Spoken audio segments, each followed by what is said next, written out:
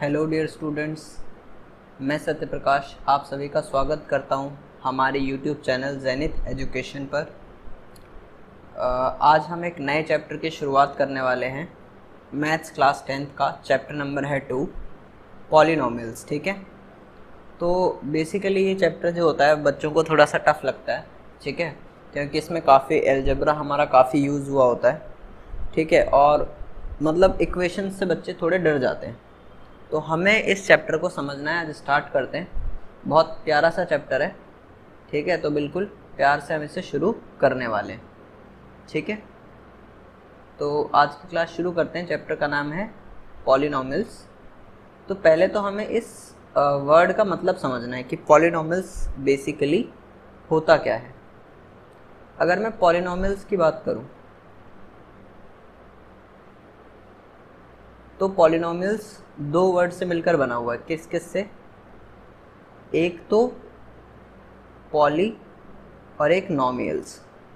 तो इसको अलग अलग कर लेते हैं। पॉली और वेट फॉर अ वाइल, एक पॉली और एक नॉमियल्स। अब इसका मतलब क्या है? पॉली का मतलब है मैनी और नॉमियल्स का मतलब है टर्म्स। अब फिर आपकी टर्म्स में काफ़ी सारी चीज़ें आ जाती है। जैसे हम बात कर सकते हैं टर्म्स में वेरिएबल्स की। भाई टर्म्स भी तो किसी से बना होगा ना, तो वेरिएबल्स से बनता है, कॉफिशिएंट से बनता है ना, और आपका बनता है कांस्टेंट से भी बनता है। तो ये सारी बातें हमें इस चैप्टर में करनी है। हम एक एक करके सबको इंट्रोड्यूस करेंगे कि वेरिएबल्स क्या होता है, कांस्टेंट्स क्या होते हैं, या कॉफिशिएंट्स क्या होते हैं। अब सबसे पहले तो हमें ये समझना है कि हमने बोल तो दिया मैनी टर्म्स, लेकिन ये मैनी टर्म्स है क्या। सो हमें एक इक्वेशन तो एटलीस्ट लिखनी पड़ेगी ना। सो हम इक्वेशन अगर लिखें एक, है ना, एक पॉलिनोमियल इक्वेशन अगर हम लिखें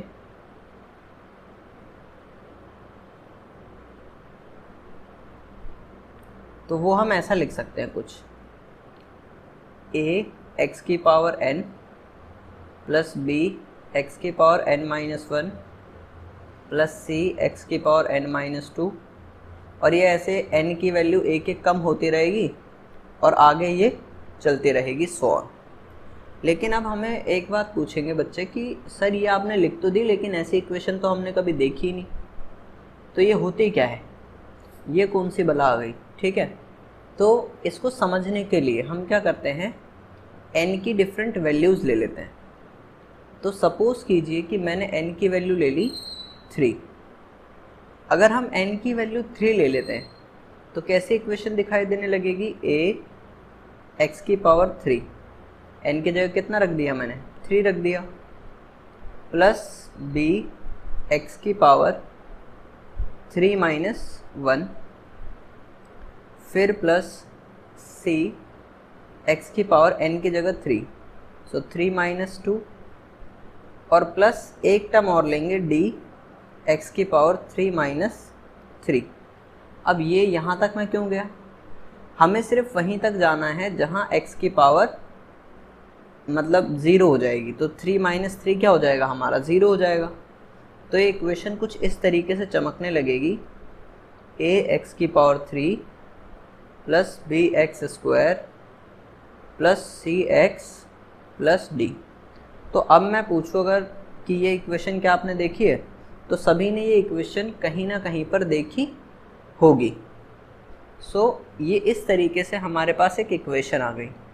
अब ऐसा ज़रूरी नहीं है कि मैंने n की वैल्यू 3 ही माननी है हमेशा, हम 2 भी मान सकते हैं।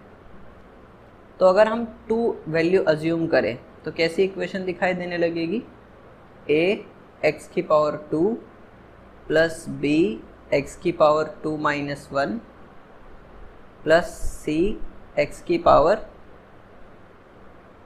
2 माइनस 2। तो हम यहीं रुक जाएंगे, इसके आगे हमें जाने की ज़रूरत नहीं है। तो इक्वेशन कुछ ऐसे दिखाई देने लगेगी, A X square plus B X, क्योंकि 2 माइनस 1 हो जाएगा 1, तो बी एक्स की पावर 1 प्लस सी एक्स की पावर 2 माइनस 2 0 हो जाएगी। अब हमें ये समझना है कि ये जो x की पावर 0 है इसका क्या होगा। तो अगर किसी भी वैल्यू की या किसी भी वेरिएबल की अगर पावर 0 होती है तो उसका आंसर हमेशा 1 आता है। सो इस वजह से ये वैल्यू 1 हो जाएगी। तो हमें ये कुछ ऐसे दिखाई देने लगेगी, ax² प्लस bx प्लस सी। तो ऐसे इक्वेशन तो हमने देखी हुई है ना। सो जो ऐसी इक्वेशन होती है बेसिकली ये क्वाड्रेटिक इक्वेशन होती है, ठीक है। और बेसिकली टाइप्स ऑफ पॉलिनोमियल्स होते हैं, वो बेसिकली आपने 9th क्लास में पढ़े होंगे। तो अगर आपने 9th क्लास में पढ़े हुए हैं पॉलिनोमियल्स के बारे में तो आपको पता होगा कि पॉलिनोमियल्स अलग अलग तरीके के होते हैं, ठीक है। जैसे कि आपका लीनियर इक्वेशन या लीनियर पॉलिनोमियल होता है, एक क्वाड्रेटिक पॉलिनोमियल होता है, एक क्यूबिक होता है। तो हमने ऐसी बातें कर रखी है, ठीक है। थोड़ा सा मैं इंट्रोडक्शन दे दूंगा पुराना भी, ताकि आपको उसमें कन्फ्यूजन ना रहे।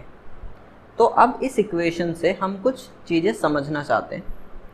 सबसे पहले तो ये जो पावर दिखाई दे रही है आपको 2, इसको हम या तो अभी तक पावर कह सकते हैं या इसे हम डिग्री भी कह सकते हैं।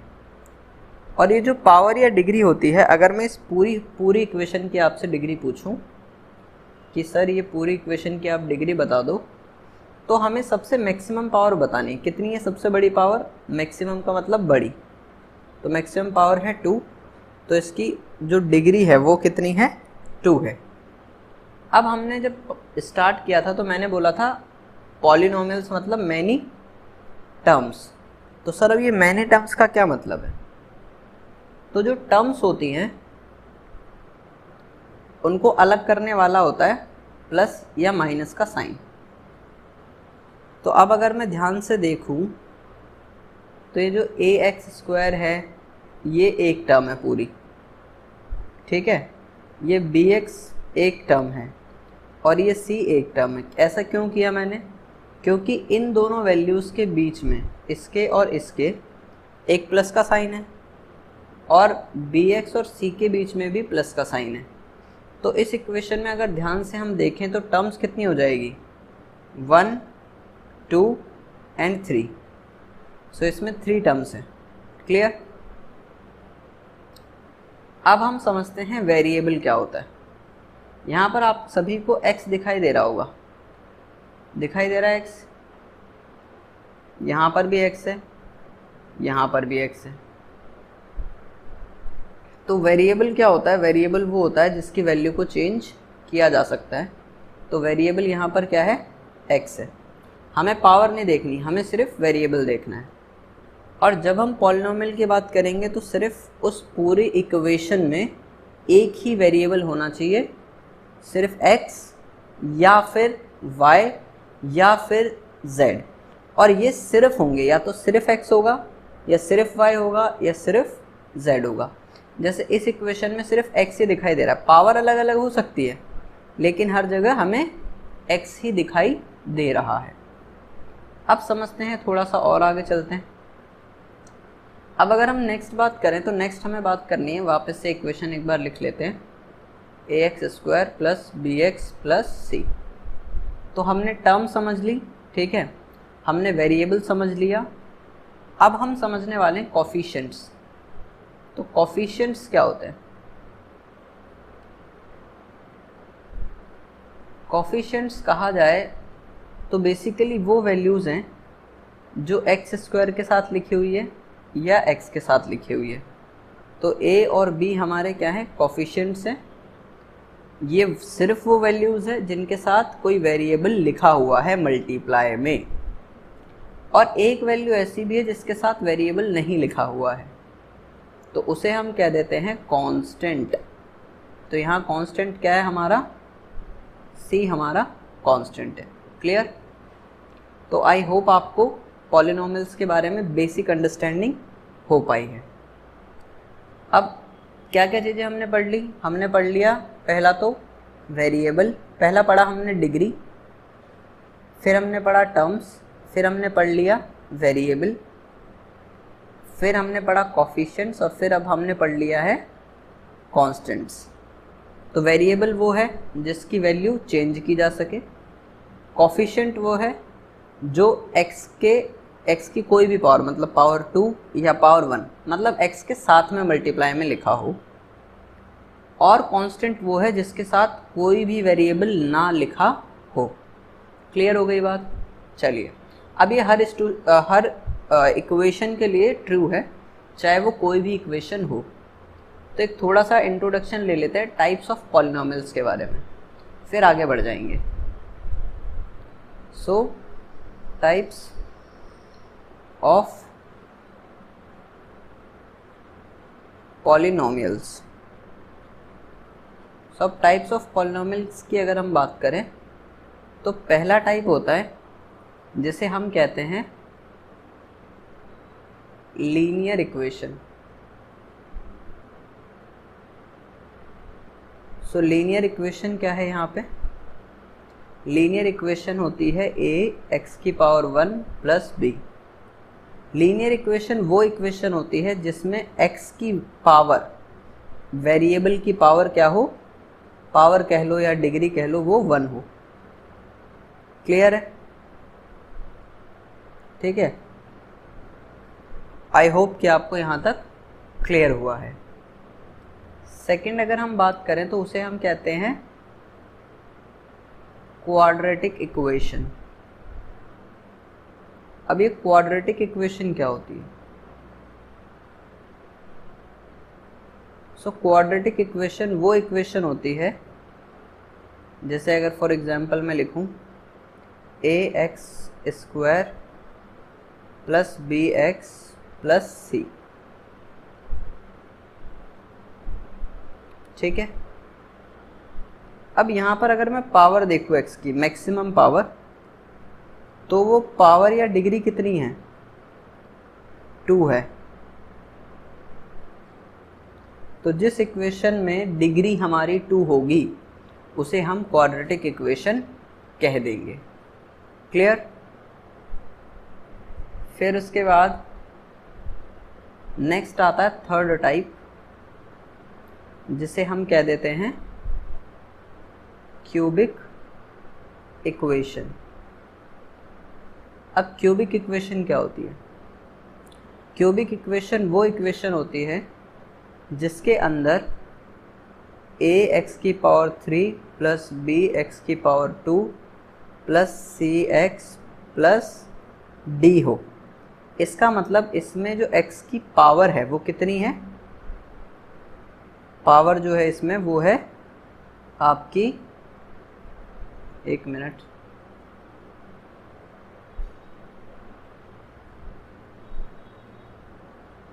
यहाँ जो पावर है या डिग्री अगर मैं बोलूँ, पावर या फिर डिग्री, वो हमारी 3 है।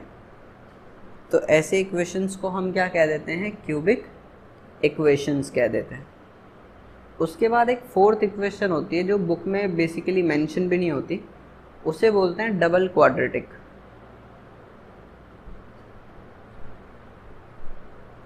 और डबल क्वाड्रेटिक इक्वेशन का मतलब होता है एक ऐसी इक्वेशन जिसके अंदर डिग्री 4 हो जाए। For example ax⁴ plus bx⁴ plus cx² plus dx plus e। तो इसे हम कह देते हैं डबल क्वाड्रेटिक, लेकिन ये कहीं पे यूज़ नहीं होती है। बेसिकली पावर 3 के बाद हम पॉलिनोमियल ही कहते हैं सारी इक्वेशंस को, या अगर हमने डबल क्वाड्रेटिक पढ़ ली है तो हम फोर्थ पावर के बाद बाकी जितनी भी एक्स्ट्रा पावर्स होगी, जैसे 5 पावर्स हुई, 6 पावर्स हुई, 7 पावर्स हुई, तो उन सभी को हम कंसीडर करेंगे एज अ पॉलिनोमियल्स। ठीक है, इतनी बात समझ में आई आपको?